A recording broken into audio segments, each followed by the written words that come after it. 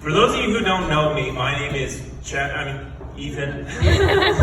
Sorry, I had it written down. I keep getting it mixed up. Multiple best man situations have been really confusing. But yes, my name is Ethan, and I've been friends with Russell since before either of us can remember. There's been well over 20 years.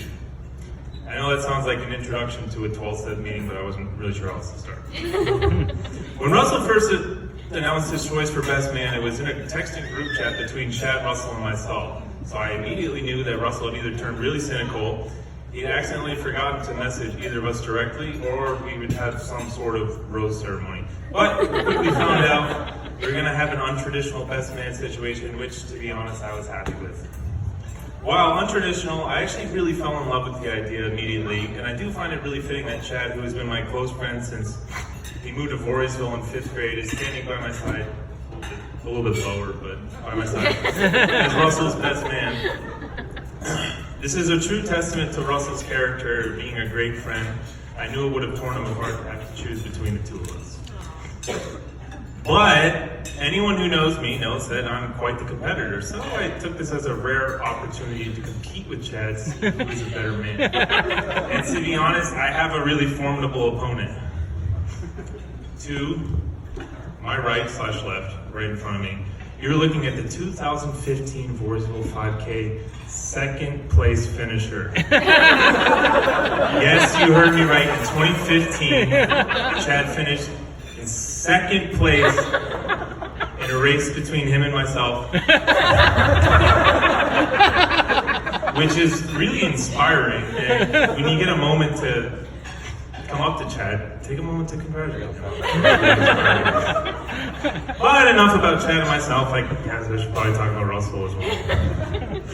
According to a Google search on how to be a better best man than Chad, I traditionally been supposed to start this by telling you a funny story or witty anecdote about how Russell and I first met. But I actually do not have such a story because we met when we were so young, and well, mostly I don't have any memories of that time because of my binge drinking habit that ravished my life until preschool. But we can talk about that down the road. But I do have a first notable memory that I felt was fitting to share that perfectly encapsulates our friendship and flawlessly foreshadows our future relationship. This was my memory of Russell at my 5th birthday party. Well, because he wasn't there. He was grounded. And he couldn't have picked a worse time to get in trouble because it was one hell of a party. Although I do admit at the time I was sad, I unquestionably stand by Sherry's decision to ground him because more than likely he was doing something terrible, like punting a frog, shooting passing trains with BB guns, or falling 57 points shy of a passing grade in health class.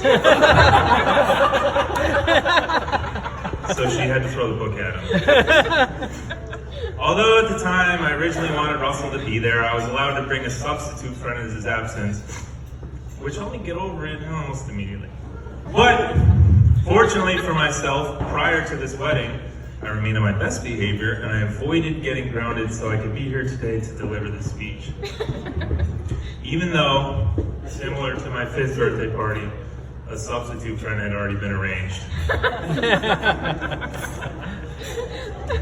Indeed, our friendship got off to a rocky start. Nonetheless, we remained friends throughout our time together in school.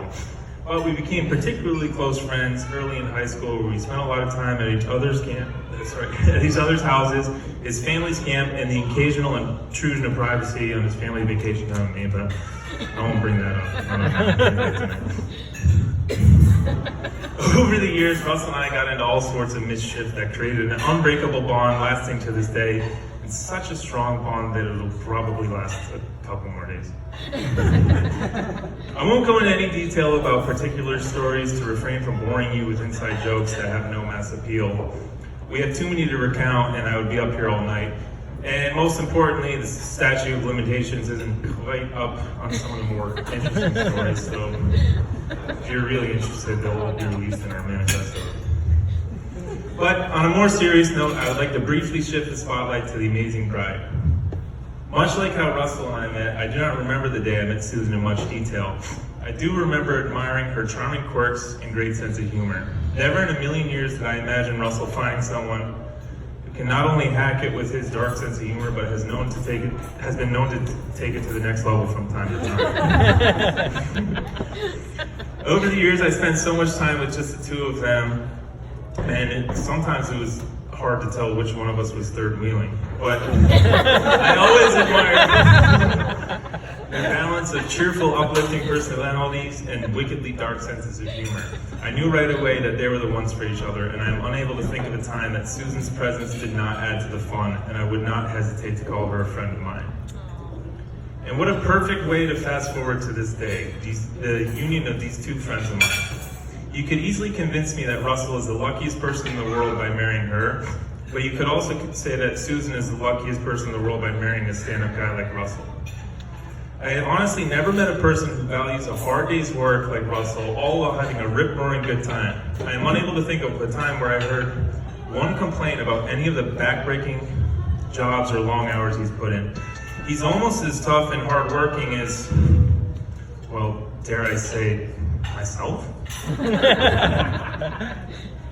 While you could try to make the case Russell's a harder worker than me, it's probably harder to decide on whether Russell or Susan is the luckier person in this marriage. But most importantly, I think that we can all agree that I'm a better best man than Chad. And that together they're the luckiest couple to have found each other. Anyways, that's just about enough for me. I've known Russell for over 20 years now, and I appreciate the opportunity to speak to him. Speak about him to you today. And most importantly, I'm pretty sure I made my case and I'm a better man than Chad. I mean, seriously, it isn't even close. But, again, I guess that's not the point of me being here. So congratulations to Russell and Susan. If anybody needs me for some reason, I will be by the bar and as far away from the dance floor as humanly possible. Have a wonderful night, everyone, and give it up for the newlyweds.